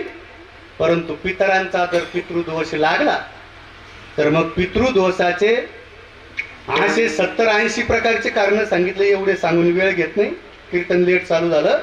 परंतु बरेचसे कारण आहे. सगळी परिस्थिती चांगली असताना घरात कटकट होत असली समजून घ्यायचं कुळामध्ये कोणाचा तरी पितृदोष तुम्हाला आहे. पती पत्नीचं गरज नसताना भांडणं होत असली समजून घ्यायचं पितृदोष आहे. आपल्या घरामध्ये एखाद्याला बराच काळ संतान होत नसली समजून घ्यायचं पितृदोष आहे. शेतामध्ये जर बघितलं तर 50 क्विंटल कापूस होईल अशी आपली अपेक्षा आहे. परंतु घरापर्यंत येईल तो 20 क्विंटल भरतो समजून घ्यायचं या कुळामध्ये कोणाचा तरी पितृदोष आहे. पैसा महिन्याला 4 लाख 2 लाख कितीही येत असेल आणि महिन्याच्या शेवटी 1 रुपया राहत नसेल समजून घ्यायचा आपल्या कुळात कोणाचा पितृदोष आहे. आपल्या कुळामध्ये आपल्या मुलं बाळ सगळं व्यवस्थित असताना सुद्धा जर लग्नाला अडचण येत असेल, लग्न होत नसेल समजून घ्यायचा मागचा कोणाचा तरी पितृदोष आहे. सत्य आहे ते. आणि मग आपण नाही जरी समजलं तर नारायण नागबली नावाचा विधी आहे. तो विधी केल्यानंतर आपण त्या पितृदोषातून मुक्त होऊ शकतो. म्हणून हे सगळे दान मी तुम्हाला सांगितले ते करायचे. त्यानंतर त्या जीवात्म्याचा पुढचा प्रवास 6 महिन्यानंतर वैतरणा नावाची नदी लागते. वैतरणा नावाची जी नदी आहे ही काही स्वच्छ पाण्याने भरलेली नाही आहे की नाही, गोदावरी सारखी. तिच्यामध्ये 28 प्रकारचे नरक आहे. कुंभीपाक, रौरव, बरेच नरक आहे 28 प्रकारचे. असे पू मल मूत्र घाण याने तो भरलेला आहे. एक आपल्या एखाद्या शरीराला अवयवाला जर जखम झाली त्यामध्ये दाबल्यानंतरची घाण निघते आहे की नाही, बदाम शेक सारखी. आता तुम्ही बदाम शेक खाणारच नाही, तुम्हाला स्मरण झाल्यानंतर आहे की नाही. पुढे खाल्ली बी तर लक्षात येईल तुमच्या हा बोलला होता बदाम शेक. अगदी ती अशी पिवळी घाण निघती. अशा प्रकारची नरकानं भरलेली ती वैतरणा नावाची नदी आहे. आणि त्या वैतरणा नावाची नदी तुम्हाला आम्हाला पार करायची. मग आपले जसे पाप आहे त्याप्रमाणे मनुष्य डुबत असतो. परंतु ती जर नदी आपल्याला पार करावं वाटत असेल आपल्या पूर्वजांनी किंवा आपण, तर गोदान सांगितले आहे. गाय दान करायचे आहे किंवा घोडा दान करायचं बरं का. गाय घोडा दान केल्यानं तो जीवात्म्याला त्याच्यावरती पाठीवर बसून ते यमदूत नेतात. त्यानंतर आहे वर्ष श्राद्ध. मग वर्ष श्राद्ध पूर्ण तिथीला ज्या दिवशी वर्ष श्राद्ध आहे त्या जीवात्म्याला तो नैवेद्य प्राप्त होत असतो. त्या दिवशी ज्ञानदान, अन्नदान, वस्त्रदान इतर सगळे आपण दान केले त्या जीवात्म्याला त्याचं पुण्य प्राप्त होतं. आणि तिथून पुढे त्या जीवात्म्याचा प्रवास संपतो. प्रवास संपल्यानंतर त्याची जसे कर्म असेल, पुण्य कर्म असेल तर स्वर्गाची प्राप्ती होती, पाप कर्म असेल तर नरकाची प्राप्ती होती. आणि तिथून 84 लाख योनीप्रमाणे देह त्याला प्राप्त होत असतो. पुन्हा मनुष्य देह जर भेटायचा असेल तर पाप पुण्य समान करावं लागतं. म्हणून असा असणारा हा सगळा विधीचा प्रकार तुमच्या समोर प्रतिपादन केला. विठाल विठाल विठाल. आता त्यानंतर तुम्ही एक मुद्दा या दिवशी मी बोलून गेलो, ज्ञानदान, अन्नदान, वस्त्रदान का करायचे? तुम्ही म्हणशाल काय, याला सुद्धा शास्त्रीय पुरावा आहे. इथं आपण जे अन्नदान करू त्या जीवात्म्याला तिथं ते अन्न प्राप्त होत असेल. एखादा पुरावा सांगा. एक पुरावा सांगतो ना, अभंगात घुसतो. अगदी 20 मिनिटामध्ये सेवा समाप्त होणार आहे. मग अन्नदानाचा काही प्रकार, जर तुम्ही आपण अन्नदान केलं नाही तर आपल्याला भेटत नाही. याचा एक दृष्टांत गरुड पुराणातला सांगतो. माझं मनचं काही सांगणार नाही. गरुड पुराणामध्ये एक राजा होऊन गेला. वैदर्भ ऋषीचा राजा आहे. तो विदर्भ देशाचा राजा होता. प्रकार असा घडला, अगस्त्य ऋषीचा आणि रामाचा संवाद आहे. आता अगस्त्य ऋषी एक दिवस, गरुड पुराणातील संवाद आहे, तीर्थाटन करत असताना, कारण साधू कसा पाहिजे, फिरता पाहिजे, बहती गंगानी फिरता साधू. मग ते साधू अगस्त्य ऋषी तीर्थाटन करत असताना एक दिवस सरोवराच्या काठावरती ते थांबले. सरोवर म्हणजे पाण्याची व्यवस्था, सरोवर म्हणजे धरण म्हणतो, तलाव म्हणतो. त्या काठावरती ते थांबले कारण पाण्याची व्यवस्था होईल. संध्याकाळी त्यांना तिथे एका झाडाखाली विश्राम करायचा होता, मुक्काम करायचा. त्यांनी तो विश्राम केला. परंतु संध्याकाळच्या वेळेस त्यांना एक भयानक प्रकार समोर दिसला. तो प्रकार असा होता, संध्याकाळच्या वेळेस एक राजा दैदिप्यमान विमानामध्ये स्वर्गातून येत होता. अगदी देवादिकांचं विमान स्वर्गातून येतं तसं. मग लक्ष देऊन ऐका, म्हणजे अन्नदानाचं पुण्य कळेल तुम्हाला. मग तो स्वर्गातून राजा आला. बरं, राजा इतका दैदिप्यमान, शरीर त्याचं दैदिप्यमान, दास दासी त्या विमानामध्ये सेवा करण्यासाठी अनेक प्रकारचे वाद्य असेल, गीत असेल, म्हणजे मंगलमय वातावरण त्या विमानामध्ये. शरीर दैदिप्यमान, हे सगळं जरी चांगलं असलं, परंतु खाली उतारल्यानंतर तो जो प्रकार तो राजा करतो तो फार किळसवान आहे. तो राजा काय करतो ते साधू बघताय. त्या सरोवराच्या काठावरती एक सडलेलं प्रेत पडलेलं. प्रेत म्हणजे कळतं ना, मुर्दा. सडलेलं प्रेत तिथं खाली पडलेलं होतं. तो राजा त्या दैदिप्यमान विमानातून उतरतोय आणि विमानातून उतरल्यानंतर तो राजा ते सडलेल्या प्रेताचे मटके मारू मारू तो खाऊ लागला. एखादा मनुष्य 10 दिवसाचा उपाशी राहू द्या, त्याला एकदम जेवण भेटू द्या, तो जसा दोन्ही हाताने जेवतो त्याप्रमाणे तो राजा त्या सडलेल्या प्रेताचे लचके तोडून तोडून खाऊ लागला. आता तुम्हाला आम्हाला वाईट वाटलं, त्या अगस्त्य ऋषींना सुद्धा फार वाईट वाटलं. आणि मग ऋषीने सांगितलं, हे राजन, म्हटले, हा काय प्रकार आहे, काय करतोस तू हे? त्यावेळेस त्या राजानं जे उत्तर दिलं फार समर्पक आहे. त्यावेळेस त्या राजानं सांगितलं, महाराजजी, हा माझा पूर्वजन्मीचा इतिहास आहे. मी एक वैदर्भ देशीचा राजा होतो. पुत्र पौत्र सगळं संपन्न राजा होतो. वडलोपार्जित संपत्ती माझ्याकडे आली. मीही राजा झालो. माझ्या राज्यामध्ये सगळं काही व्यवस्थित होतं. माझ्या राज्यामध्ये रस्ते असेल, पाणी असेल, आरोग्य असेल, सगळ्या सुविधा होत्या. हे राजाचं कर्तव्य आहे. बरं, आता नाव बदलले, राजाने राजे, आमदार खासदार, परंतु हे राजाचं कर्तव्य आहे. मग माझ्या राज्यामध्ये या सगळ्या सुविधा होत्या, परंतु माझ्या राज्यामध्ये माझी एक सवय होती. म्हटलं, कोणीही दान मागायला आलो तर त्याला दान द्यायचो. एखाद्यानं साधा रुमाल मागितला तर मी त्याला पूर्ण ड्रेस द्यायचो. एखाद्याने सांगितलं माझ्या गावाला रस्ता नाही, लगेच रस्ता. सगळ्या गोष्टी मी त्याला दान द्यायचो. परंतु माझ्या जीवनात एक वीक पॉइंट होता, म्हणजे मला एक वाईट सवय होती. ती म्हणजे मी अन्नदान कोणाला दिलं नाही. त्यानंतर अन्नदान तर दिलंच नाही, परंतु मी जर जेवत असताना कोणी आलं ते सुद्धा मला सहन होत नाही. शास्त्र असं सांगतं, दरवाजा लावून जेवू नये. दरवाजा लावून जेवला म्हणजे तो आपण पोट्यावर दान घडत नाही. दरवाजा उघडा असल्यानंतर तुम्ही जेवत असताना वाट सरू चालला, म्हणायची पद्धत आहे ना, या जेवायला. एखादा खरंच भुकेला असला आला, जेवण केलं म्हणजे अन्नदानाचं पुण्य. एखादा कुत्र आलं चाललं दारातून, आपण त्याला कुटका टाकलो, अन्नदानाचं पुण्य. मांजर आली, त्याला कुटका टाकलं. शेजाराचा मुलगा आला, त्याला चटकूर भाकरी काही खाऊ दिला, म्हणजे अन्नदानाचं पुण्य आपोआप घडत होतं. परंतु आता दरवाजा लॉक असल्यामुळे ते अन्नदानाचं काय, घरचाच बाहेर राहिला तर तो बाहेर राहण्याची शक्यता आहे. तो बाहेर गेला कधी, मग अन्नदान घडत नव्हतं. तो राजा सांगू लागला, माझ्याकडून अन्नदान झालं नाही. मग प्रकार असा घडला, मी मेलो. म्हटलं, मी मेल्यानंतर माझं पाप पुण्य काढलं, चांगलं निघालं. पण 11 वाजले, स्वर्गात गेलो. आता 12 सव्वा 12 आपले वाजले. आपल्याला भुकीचा टाइम झाला, आवडतो लवकर. आता मग किती झाला संन्यासी माध्यनाची तोंड वाच. तुम्ही स्वर्ग लोकात गेलो चांगलं कर्म होते. स्वर्गात गेलो मी तिथून त्या देवताला म्हटलो, अरे देवतांनो मी पुण्याईच्या जोरात स्वर्गावर आलो. अरे 12 12:30 वाजले अजून जेवण नाही म्हटले. काय पद्धत आहे तुमच्या लोकांची.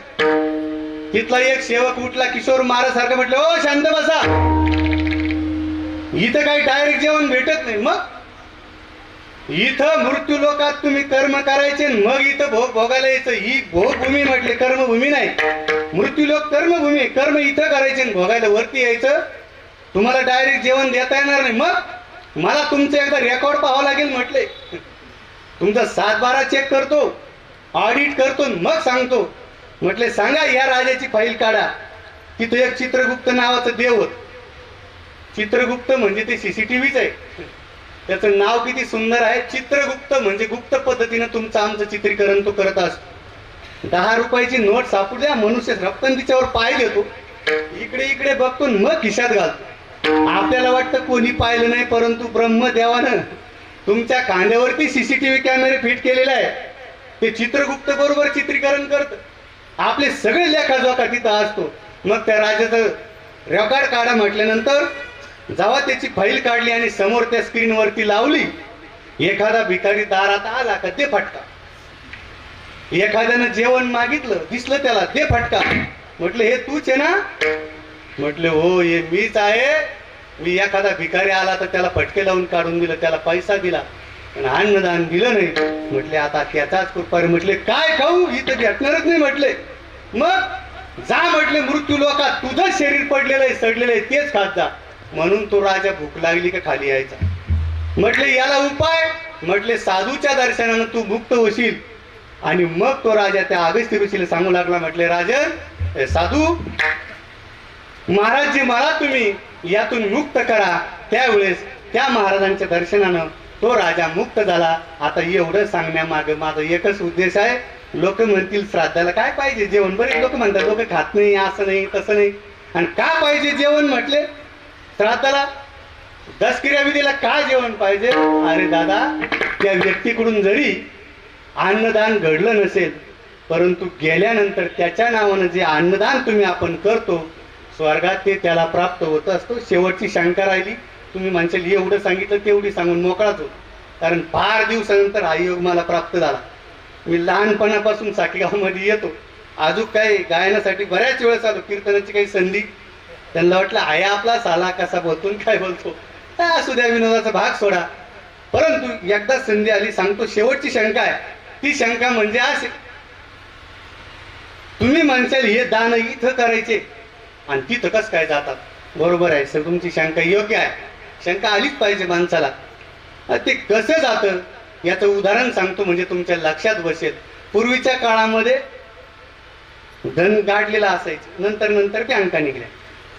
मग आता तुमचं आमचं धन कुठे असतं, बँकेत असतं. त्याच्यानंतर सगळ्यात सोपं आलं आता फोन पे, गुगल पे आहे की नाही, पेटीएम, हे सगळ्या सुविधा आल्या. मग आता तुम्ही हा मुद्दा लक्षात घ्या. मला जर एखाद्याला वाटलं की हा गरीबच आहे बाबा, याची तानातानी चालू आहे, परिस्थिती नाजूक आहे, बाबाच्या मनात आलं याला 10,000 रुपये मी आज दुपारून टाकून द्या ना. त्यांनी मला नंबर विचारला, मी सांगितलं 9921620365. बाबांनी लगेच माझा नंबर त्या गुगल पेवर टाईप केला आणि 10,000 रुपयाचा आकडा टाकला आणि तिथून तो कोड असणारा तो दाबला आणि लगेच टाकलं. लगेच 10 मिनिटामध्ये म्हणल्यापेक्षा 10 सेकंदामध्ये माझ्या खात्यावर पैसे आले. आता माझा प्रश्न तुम्हाला आहे, बाबांनी ते पैसे मला दिले का? बाबा बँकेत गेले का? नाही. बाबांनी पैसे मोजले का? नाही. बाबांनी माझ्या हातात दिले नाही, मला प्राप्त कसे झाले? शिकलेला व्यक्ती म्हणेल महाराज तुम्हाला समजत नाही, गुगलने केले. म्हटले गुगल काय करतं, तुमच्या खात्यातले वजा करतं आणि इकडच्या खात्यात जमा करतं. अहो तेच ना, ज्याप्रमाणे गुगल तिकडून इकडे ट्रान्सफर करतं त्याचप्रमाणे हे शास्त्र सुद्धा तुम्ही इथे केलेले दान तिथं नेण्याचं काम तिथलं गुगल म्हणजे आर्यमा नावाची देवता. आर्यमा नावाची देवता आहे ती तुमचं इथलं ट्रान्सफर घेतं आणि तिथं ट्रान्सफर करतं. म्हणून आर्यमा नावाच्या देवतेने हे सगळे तुमचे आमचे दान केले जातात. म्हणून हा गरुड पुराणाचा विषय थांबवतो. अगदी 10 मिनिटामध्ये अभंगाची मिळवणी करतो. तुम्ही म्हणशाल अभंगाचं काही येतं का नाही, हेच सांगितलं का, पण ही या प्रसंगाला हे सांगणं गरजेचं आहे, जेणेकरून यामधील एखाद्या व्यक्तीने जरी क्रियाकर्म व्यवस्थित केली तर त्याचं पुण्य दादांना तर जाईलच, या सगळ्या परिवाराला आणि आम्हाला भेटल्याशिवाय राहणार नाही. विठाला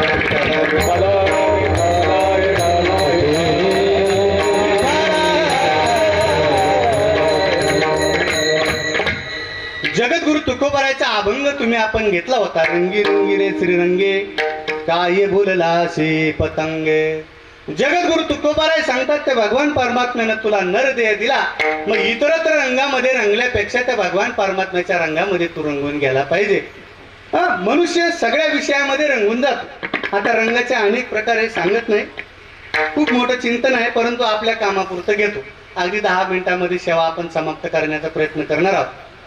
मग जगद्गुरु तुकोबाराय सांगतात हा जीवात्मा ज्याप्रमाणे पंचविषयामध्ये एक एक प्राणी गुरफटलेला आहे, हा जीवात्मा सुद्धा त्या पंचविषयामध्ये गुरफटलेला आहे. मग पंचविषय कोणते? अभंगाला धरूनच बोलतो, अभंगाच्या संदर्भानच आलेले आहेत. आता पंचविषय कोणते आहेत? तर ते म्हणजे शब्द, स्पर्श, रूप, रस आणि गंध. हे आहे पंचविषय. हे पंचविषयामध्ये प्रत्येक विषयामध्ये एक एक प्राणी रंगून गेलेला आहे. थोडस एका मिनिटाचं चिंतन आपण करू आणि अभंगात प्रवेश करू. पहिला जो विषय आहे तो म्हणजे शब्द विषय. आता शब्द विषयाला कोण बोललं? तर शब्द विषयाला हरण बोललं बरं. नादे लुब्ध झाला मृग विसरले देहांग. ते हरण त्या शब्द विषयाला इतकं बोलून जातं, म्हणजे ज्या वेळेस हरणा पकडत असतात, हे शिकारी हरण पकडत असताना तो काय करतो, तर कुरंग नावाचं सुंदर एक वाद्य बनवलेलं आहे. बिन म्हणतात, काही कुरंग म्हणतात. ते बिन नावाचं सुंदर वाद्य तो शिकारी वाजवत असतो ना, हरण ते शब्द म्हणतात त्याला. त्या शब्दाला त्या विषयाला इतकं भुलून जातं. एखादा भजनी माणूस राहू द्या, गावात भजन चालून त्याला झोपून दाखवा तुम्ही, त्याला धरून पकडा तरी ते सोडल्याशिवाय, कारण तो विषय त्या रंगामध्ये तो रंगलाय. त्याप्रमाणे हे हरण इतकं रंगून जातं, शिकारी जवळ येतो आणि त्याला बाण मारतो, त्याच्या छातीमध्ये बाण घुसतो तरी तो त्या विषयातून बाजूला होत नाही. आणि तो इतका रंगून त्या विषयामध्ये जातो. त्यावेळेस त्या हरणाला कोणीतरी म्हटलं, अरे तू त्या शब्द विषयावरती इतका रंगला, शिकाऱ्याने डायरेक्ट तुला बाण मारला. त्यावेळेस ते हरण म्हणतो, मला बाण लागो काही लागो, अब देखत है पारदी पूरा लगाए गाव. अब देखत है पारदी पूरा लगाए गाव. जब तक प्राण इस तन में तब तक बीन बजा. ते हरण म्हणत, एक सोडून दोन मान लाव, माझ्या अंगावरती घाव होऊ दे, परंतु एक काम कर, माझा प्राण जाईपर्यंत ते बीन नावाचं वाद्य बंद करू नको. याला म्हणतात हरण त्या शब्द विषयाला बोललेला आहे. पुढचा विषय शब्दानंतर स्पर्श आहे. स्पर्शाला कोण बोललं? तर स्पर्शाला हत्ती बोलला. हत्ती पकडण्यासाठी असं करतात की भली मोठी एक पुष्टाची हत्तीन बनवतात आणि त्या पुष्टाच्या हत्तीन बनवल्यानंतर तिच्या खाली पाला पाचोळा ठेवतात.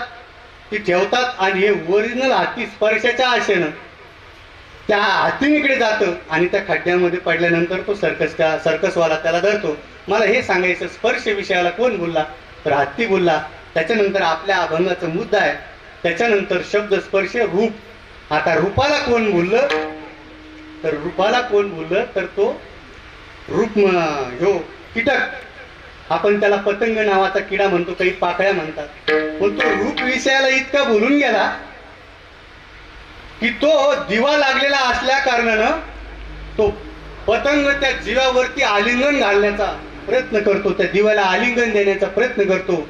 परंतु महाराज सांगतात, पतंगा दिप्ती आलिंगन, आणि ते तर त्या असं अचूक मरण. त्या पतंगाला त्या दिव्याला आलिंगन दिलं, त्याला त्याची तर प्राप्ती होत नाही, स्वतःच जळून जातो. असे बरेचसे त्या ठिकाणी मनुष्य आहेत, ते रूपाला बोलल्या जातात आणि फसतात. एखाद्या ठिकाणी फार मोठी वापर लागली की जातात आणि फार मोठ्या गड्ड्यात जाऊन पडतात. हे रूपाला बोललेली मंडळी आहे. तर म्हणून पुढचा विषय आहे रूप आणि रस. रस म्हटल्यानंतर रसाला कोण बोलला तर मासा. मासा ज्यावेळेस पकडतात त्यावेळेस ते असणारे मासे पकडणारे लोक तो गळ आहे आणि त्या गळ्याला आमिष लावलं जातं शिदोड.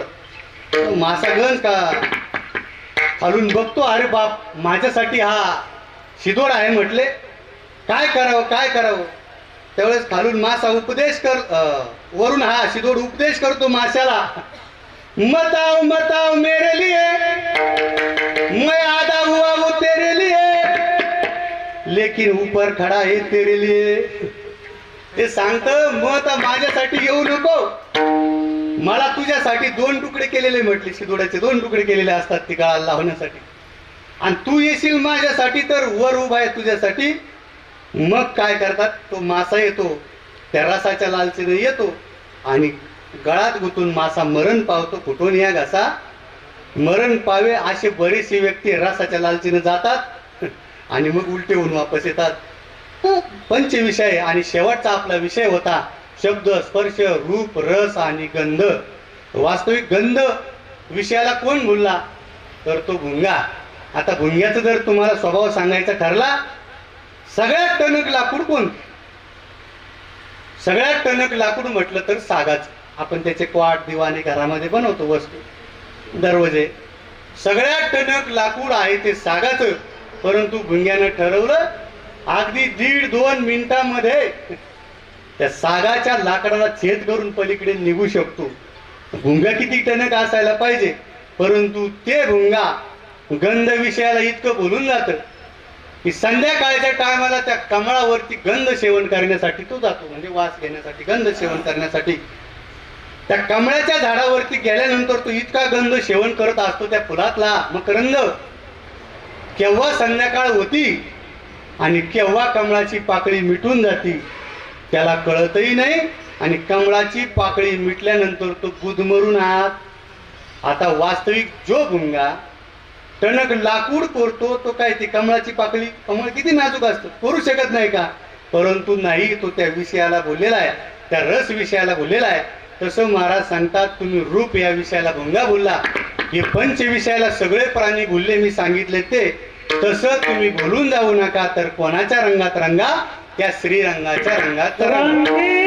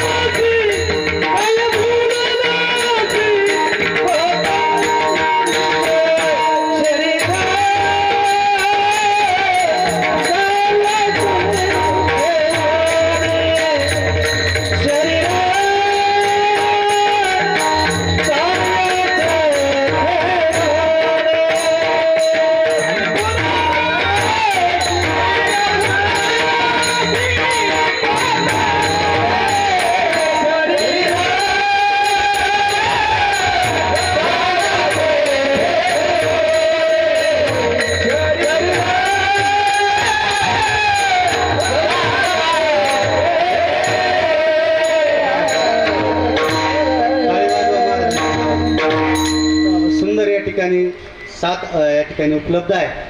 म्हणून महाराज सांगतात, रंगी रंगी रे श्रीरंगे काय बोललासे पतंगे, शरीर जायाचे ठेवणे दर्शी अभिलाष जने.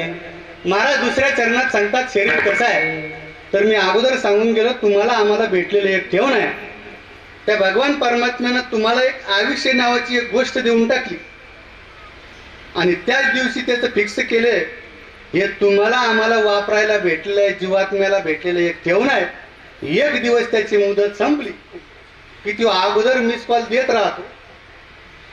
त्या पद्धतीनं भगवान परमात्मा सुद्धा केस पांढरे होणं, आता ते अकाली होतात त्याचा भाग सोडा, बरंच चिंतन आहे पण सांगत नाही. आता आपला वेळ संपला, पुन्हा येईल मी एखाद्या वेळेस सांगायला. हे आपल्याला ते संकेत देत असतात मृत्यू किती दिवस पुढे राहिल्यानंतर. तसं शरीर कसं आहे तर शरीर जायचे ठेवणे दर्शी अभिलाष जने. आणि महाराज पुढे सांगतात, नो हे तुझा हा परिवार द्रव्यदारा क्षणभंगूर. आणि आपलं कोण आहे तर अंतकाळीचा सोयरा तुका म्हणे उदारा. आता या दोनही चरणाला लागून एक छोटासा अगदी 1.5-2 मिनिटाचा दृष्टांत सांगतो आणि आपली सेवा त्या ठिकाणी संपूर्णत्वाकडे नेतो. जगद्गुरु तुकोबा राय सांगतात, नो हे तुझा हा परिवार द्रव्यदारा क्षणभंगूर. तुम्ही म्हणसाल हे चुकीचं आहे, नातेवाईक असेल पत्नी असेल हे सगळे मला काम येणार आहे आणि तुम्ही काय सांगतात नो हे तुझा परिवार. एक दृष्टांत मी ऐकलेला आहे मोठ्या महात्म्याच्या मुखातून, तो या अभंगाला फेसोफेस बसतो म्हणून सांगतो. असंच एका गावामध्ये एक साधू महात्मा राहत होते. जसं आपल्या गावामध्ये सुंदर असा मानभाव आश्रम आहे, दत्त आश्रम आहे, त्याप्रमाणे असा आश्रम होता. आणि त्या आश्रमावरती तो एक तरुण मुलगा सेवा करण्यासाठी यायचा. तो मुलगा सेवा करण्यासाठी यायचा, महाराजही त्याची खूप आनंद वाटायचा. करता करता बरेच दिवस झाले. महाराजांनी सांगितलं आता आपल्याला तीर्थाटनाला जायचंय, किमान 10 ते 15 दिवस आपण तीर्थयात्रेला जाणार आहोत. त्या मुलाला सांगितलं माझी अशी इच्छा आहे, तू सेवा करतो, तू तीर्थयात्रेला आलं पाहिजे. ते मुलगा म्हटले महाराज मी येतो, हेच भाग चांगलं. म्हटले मला 15 दिवस तुम्ही तीर्थयात्रेला सांगतो, तुम्हाला काही कळतं का? म्हटले तुमच्यावानी थोडीच आहे आमचं, मागण पुढण फुपाटा उडे, तुम्ही साधू तुम्ही मोकळे. म्हटले परंतु आम्ही संसारी आहे. अरे म्हटले संसाराला तुझे घरचे माणसं भरपूर आहे काम करण्यासाठी. त्याने सांगितलं माणसं जरी काम करण्यासाठी आहे, त्या कामाचं मला काही घेणं पडलं नाही, परंतु घरच्या मंडळीचा माझ्यामध्ये इतका जीव आहे की मी गेल्याशिवाय ते पाणी पित नाही, जेवत नाही. मी जर 5 मिनिटं उशीर झाला तर माझे वडील मला फोन लावतात, आई सारखी विचारते, बहीण भाऊ सुद्धा मला कॉल करतात किती वाजता येणार आहे. आणि एक नातं राहिलं ते म्हणजे पत्नीचं. ती तर मिनिटाला मेसेज करत असते की आता कुठे आहे दाखवा लोकेशन. इतकी काळजी माझी ती घेत असते. मग इतकी काळजी करते तेव्हा मला तीर्थयात्रेला येणं काही शक्य नाही. त्या महाराजांनी सांगितलं तीर्थयात्रेला तुला यायचं तर ये. विठाल विठाल विठाल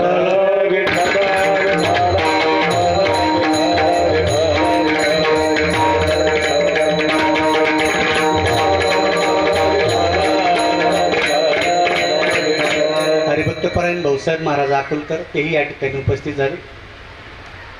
आपला विषय चालू होता. तो म्हटला तुमचं काय खरंय. म्हटले साधू महात्मे तुम्ही कधीही फिरा, परंतु माझी घरची मंडळी माझ्याशिवाय 2 मिनिटं सुद्धा राहू शकत नाही. ते साधू म्हटले तुला तीर्थयात्रेला जायचं तर जा, यायचं तर ये, येऊ नको, पण तुझ्या मनातला गैरसमज काढून टाक का सगळे माझ्यासाठी उपवासी राहतात. कारण हा गैरसमज सांगणाऱ्याला पण आहे, कारण हा सुद्धा इकडून तिकडून घेऊन घरीच नेऊन देतो. हा प्रत्येक मनुष्य काहीतरी आशेने येतो आणि ते कोणासाठी देतो, घरच्यासाठीच करतो. तो मलाही बसतो दृष्टांत, तुम्ही काही मनाला लावून घेऊ नका, ज्याला बसेल त्याला बसेल. मग हे घरचे तुझे कोणीच कोणाचे नाही. तो म्हटला साधू महाराज तुम्ही माझे गुरु आहे, तोंड सांभाळून बोला. जगाचं सगळं खोटं असेल पण माझं खरं आहे, माझे घरचे माझ्याशिवाय पाणी पित नाही. ते साधू म्हटले तुझी परीक्षा सांगतो, ती परीक्षा घे म्हणजे तुला खरं वाटेल. लक्ष देऊन ऐका, एका मिनिटात संपव. मग त्यांनी सांगितलं, त्याला प्राणायाम शिकवलं, योगासन शिकवलं आणि रामदेव बाबा लावतात तसे त्याला सहवासन शिकवलं. सहवासन म्हणजे मनुष्य मेल्यासारखा पडतो पण त्याला सगळं कळतं. असं सहवासन शिकवल्यानंतर त्या साधू महात्म्याने त्याला सैवासन शिकवलं आणि त्याला सांगितलं एक काम कर, तू आता घरी जा, सकाळी सगळे घरी या असं बघ आणि सैवासन लाव. त्याने सांगितलं पुढं पुढं सगळं मी करतो म्हटले, पण मी आवाज दिल्याशिवाय तो उठायचं, तो आसनातच राहायचं. तो आज्ञाधारी होता. तो म्हटले घरचे माझे पास होणार. बरं म्हटले बघू. मग तो घरी गेला. सगळं घरी असं बघितलं आणि घरी बघितल्यानंतर त्यानं छातीत दुखायचं निमित्त केलं आणि तो जमिनीवरती पडला. कारण सगळ्यात लवकर मरण म्हणजे अटॅकचं नाटक केलं आणि तो पडला. जमिनीवरती पडल्यानंतर त्यानं ते सैवासन लावलं. आता लावल्यानंतर शहाणी माणसं गावात असतात, बुजुर्ग मंडळ, यांना सगळं कळतं. हे गावचे मंत्रिमंडळच असतात, त्यांना कोणी मानत नाही तो भाग सोडा, पण ते असतातच. सगळ्या गोष्टी त्यांना माहिती असतात कशाने काय होतं. मग ते आले, त्यांनी हात लावला. म्हटले हात हालत नाही, डोलत नाही. हा गेला. म्हटले लांब लांबच्या पाहुण्याला फोन करा. असं केल्यानंतर सगळा गोंगाट झाला. जो तो ज्याच्या त्याच्या परीने, कारण ती माया आहे, रडावंच लागतं. प्रत्येक मुली वेगळं रडतात. मुद्दा पाठवण्याकरता दृष्टांत आहे, कोणी काही लावून घेऊ नका. माझ्या सगळं जाईल. सगळे पत्नी रडू लागली, मुलं रडू लागले, सगळे रडू लागले. वडील म्हटले देवा सगळं उलट केलं, माझं पिकलं पान, आम्हाला दोघांना अगोदर न्यायचं तर त्याला नेलं. रडू लागले. भावांनी सांगितलं अरे हा माझ्यापेक्षा लहान होता, मला अगोदर न्यायचं. बहिणीने सांगितलं हा माझा पाठीराखा एकटाच होता, याला काय नेलं. हे सगळं म्हणू रडू लागले. अजून एक भाऊ आहे का, हा सगळे प्रत्येक आशेनं रडू लागले. शेवट राहिलं पत्नी. ती तर 5-5 माणसाला आवरत नव्हती. लोक तिला ओढायची, ती म्हणायची नाही जगून फायदा नाही, जगून फायदा नाही. हे सगळं तो बघत होता. तो मनाच्या मनात म्हणत होता या साधूला तरी काय कळतं, बघा माझ्यासाठी किती रडते. पण साधूने सांगितलं होतं ऐकून घे, ऐकून घे. असं म्हटल्यानंतर गावात 2-5 मंडळी क्लिष्ट स्वभावाची असतात. ते म्हटले हा या साधूकडे जात होता, याकडून त्यालाच बोललो. आणि ते साधूकडे गेले. म्हटले काय चाटा मारतात, देवाची भक्ती करा. देवाची भक्ती करून हे फळ आहे का म्हटलं. लोक बोलतात. एखाद्या माळकऱ्याची जर गाय म्हैस मेली, लोक म्हणतात गण देव करतो ना. अरे त्या म्हशीचा आणि त्याचा काय संबंध आहे, हे कर्म आहे, देवाला चुकलं नाही. तसं ते साधूकडे गेले. म्हटले तुमचा शिष्य गेला, कमी वयात गेला. अहो आम्ही 90 वर्ष झाले, आम्हाला काहीच झालं नाही, रोज 90 मारतो आणि तो देवाचं नाव घेऊन कसं काय मिळाला. ते म्हटले भाऊ मी येतो, चला. साधू माग. ते पुढं गावात आल्यानंतर साधूने सांगितलं शांत बसा. सगळे शांत बसले. लक्ष ठेवा इकडे. सगळे, कारण त्यांना माहिती काय होतं. म्हटले कोणाला वाटतं हा जिवंत व्हावा. सगळे मला बोलू लागले. पोलीस, पाटील, सरपंच, गावकरी, पाहुणे रावळे, जो निस्ता जेवायला आला तो म्हटला हा जिवंत व्हायला पाहिजे. सगळे म्हटले. मग आता हा जिवंत व्हावा म्हटले. साधू म्हटले जिवंत होईल, पण 1 ग्लास भर दूध आणा. ग्लास भर म्हटल्यानंतर लोक पळले, कॅनाच्या कॅना दूध घेऊन येऊ लागले. जिवंतपणीच्या आला दूध देत नाही. लोक असे, चुलीला सरपण नसलं, गॅस संपला तर 2 काड्या घेऊन देणार नाही. आणि मेल्यानंतर शेजारी बोलत नसला तरी म्हणतो ट्रॅक्टरवर घेऊन एका परच हटवायला. 1 ग्लास दूध म्हटल्यानंतर कॅडाचे कॅडा आला. साधू म्हणे इतकं नाही, 1 ग्लास दूध काढा. दूध काढल्यानंतर त्या साधूने खिशातून एक पुडी काढली आणि त्या ग्लासमध्ये टाकली आणि अशी हलवून घेतली आणि म्हटले कोणाला वाटतं हा जिवंत. सगळ्यांनी हात वर केले. मग हात वर केले. पण या औषधाचा गुण लक्षात ठेवा, ही संजीवनी नावाची बुटी आहे. या औषधाचा गुणधर्म असा आहे, हे औषध घेतल्यानंतर ज्याला वाटतं ना तो जिवंत व्हावा, तो मरणार आणि हा जिवंत होईल. कोणाला वाटतं मागचे तो मागं सरकले. बरं झालं पुढे गेलो, आपल्या अंगावर आला. मागचे मागं सरकले सगळे. घरच्याला तर बाजूला हलता येईल. मग साधू म्हटले सांगा कोणाचा नंबर आहे. काय नव्हतं त्यात, खडी साखर होती. कोणाचा नंबर आहे, कोणीच घ्यायला तयार नाही. करता मग जाऊ द्या म्हटले. लोकांनी खुणवलं, जाऊ द्या घरच्याकडे. मग त्या असणाऱ्या वडिलाकडे दिलं. म्हटले घ्या तुम्ही, आता म्हणत होते पिकलं पान आहे, गळालं, जाऊ द्या म्हटले, गळू द्या. त्यांनी सांगितलं मी पण घेतला असतं म्हटले, पण मला 2 मुलं आहे, हा लहान आहे. मोठ्याचे मुलं माझ्याशिवाय राहत नाही, त्याच्यामुळे मी औषध घेऊ शकत नाही. आवरायचं म्हणतात. मोठ्याचे मुलं माझ्याशिवाय राहत नाही आणि ते मग उपाशी मरण. अरे बाबा तू जाय, ते मुलं राहणार आहे, हे काय कारण झालं का. त्याला वाटलं अरे म्हातारा तू नाही म्हणतो. त्यानंतर आईकडे गेलं. आता आई तशी मायाचा सागर आहे, परंतु दृष्टांतपुरतं लक्षात घ्या. आईने सुद्धा, कारण भगवान कृष्णाची माग सरली होती ना, मागे सरे कालिया डोहाच्या वेळेस, कालिया मर्दनाच्या वेळेस. बघ इथं आईकडे नेल्यानंतर आईने सांगितलं म्हटले मी सुद्धा घेतलं असतं, परंतु हे आमचं म्हातारं, पती हा परमेश्वर आहे, हे आमचं म्हातारं फार खोडीचं आहे म्हटले, याचं कोणाचं जमत नाही. मग याच्या चहासाठी, कारण याला पहाटे 5 वाजता लागतो आणि तिसरा पहारा 5 वाजता, पहाटे उठत नाही आणि तिसरा पहारा कोणी घरी राहत नाही, म्हणून याच्यासाठी मला जगावं लागेल. त्याला कळलं, अरे आई बी नापास झाली. नंतर भावाकडे नेलं, भावाने सांगितलं काही नाही, आताच शेजाऱ्याची 2 एकर घेतली, फक्त खरेदी बाकी आहे, तेवढी खरेदी 2-3 दिवसात मिटली, मी घ्यायला तयार आहे. का हे ठेवायची गोष्ट आहे का दादा? बर, मग बहिणीने सांगितलं मीही घेतलं असतं, पण मला एकुलती एक मुलगी आहे, तिचं लग्न मी जमवलं, आता 1 जानेवारीला तिचं लग्न घेतलं की 2 जानेवारीला मी मोकळी, मग मी घेते. ती काही ठेवायची वस्तू का? याला वाटलं अरे हे सगळे राहायला लागले, एक धक्का याला बसायला लागला, पण त्याला वाटलं जाऊ द्या, जसं मला तुम्हाला वाटतं सगळे कोणी का नाही घेईना, पण जाऊ द्या, एक आपल्या विश्वासाचं माणूस आहे, ते म्हणजे कोणतं? हा, म्हणजे तुम्हाला विश्वास आहे, मला आहे की नाही? सगळ्याला असं वाटलं आता पत्नी म्हणजे आपलं घेतल्याशिवाय राहणार नाही, कारण ज्या वेळेस आपण नवीन लग्न झाल्यानंतर, त्या आमच्या काळात नव्हत्या, जुन्या काळात, पण आता या नवीन लोकांच्या काळात आल्या, तुमच्या काळात, ती एका ज्यूस मध्ये 2 नळ्या टाकून पिणं म्हणजे प्रेम दाखवतात एकमेकावर, प्रतीक आहे ते. 1 चहा दोघांनी घ्यायचा, असं नवीन निघालं. आता त्याला वाटलं आपण जर एका नळीनं ज्यूस पिलो, 1 चहा दोघांनी घेतली, हे सगळं म्हटल्यानंतर आपल्या पत्नीचं आपल्यावरती किती प्रेम असेल. मग त्याला आशा होती की ती माझ्यासाठी घेईल. त्यावेळेस त्या लोकांनी तिच्याकडे ग्लास नेला, ती 4 बायांना आवरत नव्हती, ती मोकळी केली आणि मग तिला सांगितलं घेता का? तिनं रडायचा स्वर बंद केला आणि बोलण्याच्या आवाजात म्हटली घेतलं असतं. म्हटल्यावर त्याच्या हातपाय शेजारची कामे न दोऱ्यात, शेजारची कामे न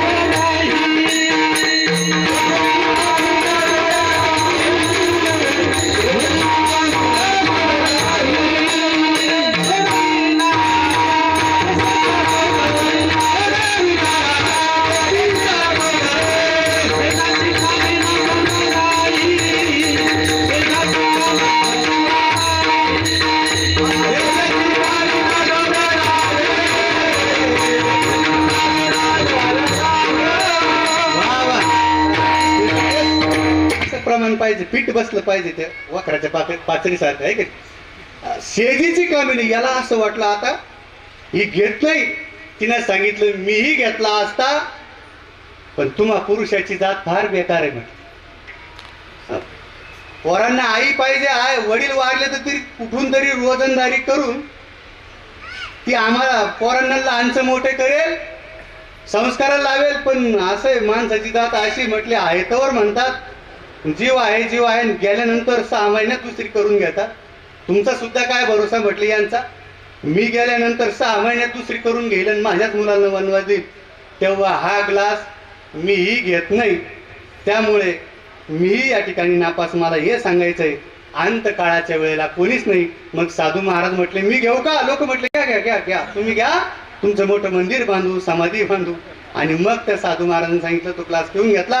अरे म्हटले उठ, यात काही नाही, खडी साखर होती, ही तुझी परीक्षा होती, म्हणजे तुमची आमची परीक्षा आहे. याला कुठे माणसं मरतात का मोठे होतात? हे सगळ्या दृष्टांताचा उद्देश एकच आहे, आपल्याला मरणाच्या दारातून नातेवाईक सोयरे दायरे पत्नी करू शकत नाही. तो भगवान परमात्मा एकटा सोडवल्याशिवाय राहत नाही. विठोबा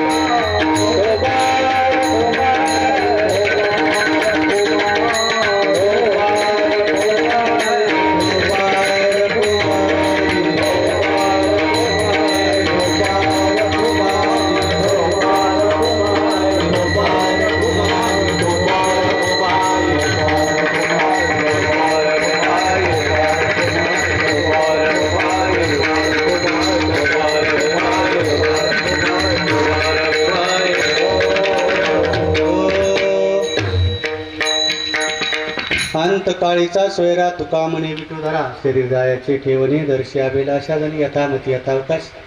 या अभंगावरती चिंतन असेच असेल असं सांगता येणार नाही, परंतु जे काही बोललो ते या ठिकाणी अभ्यासपूर्ण चिंतन करूनच बोललो. कारण इथे येऊन इथे बावळटांची गादी नाही, उगं टिवल्या बावल्या सांगायचं आणि तुमचा टाइमपास करायचा. म्हणून जे योग्य असेल ते तुम्ही नक्की घ्या, अयोग्य असेल माझे बुद्धीचे दोष म्हणून मला परत करा. पुनश्च एकदा ही सर्व मंडळी, तुम्ही सुद्धा सगळी मंडळी या ठिकाणी उपस्थित झाला. अगदी 2 मिनिटात 2 श्रद्धांजली होतील आणि अगोदर पसायदान होईल, ज्ञानदेव तुकाराम होईल. हे झाल्यानंतर आपली कीर्तनाची सांगता होईल आणि मग एखादा 2 श्रद्धांजली असल्या तर त्या होईल. ते पुरते अधिक ते सर ते करून घ्यावे तुमचे विनय तसे पायाच्या प्रसादे काही बोलले विनोदे मत क्षमा करणे कंती नो हे अंगभूत युक्ती ज्ञानेश्वर.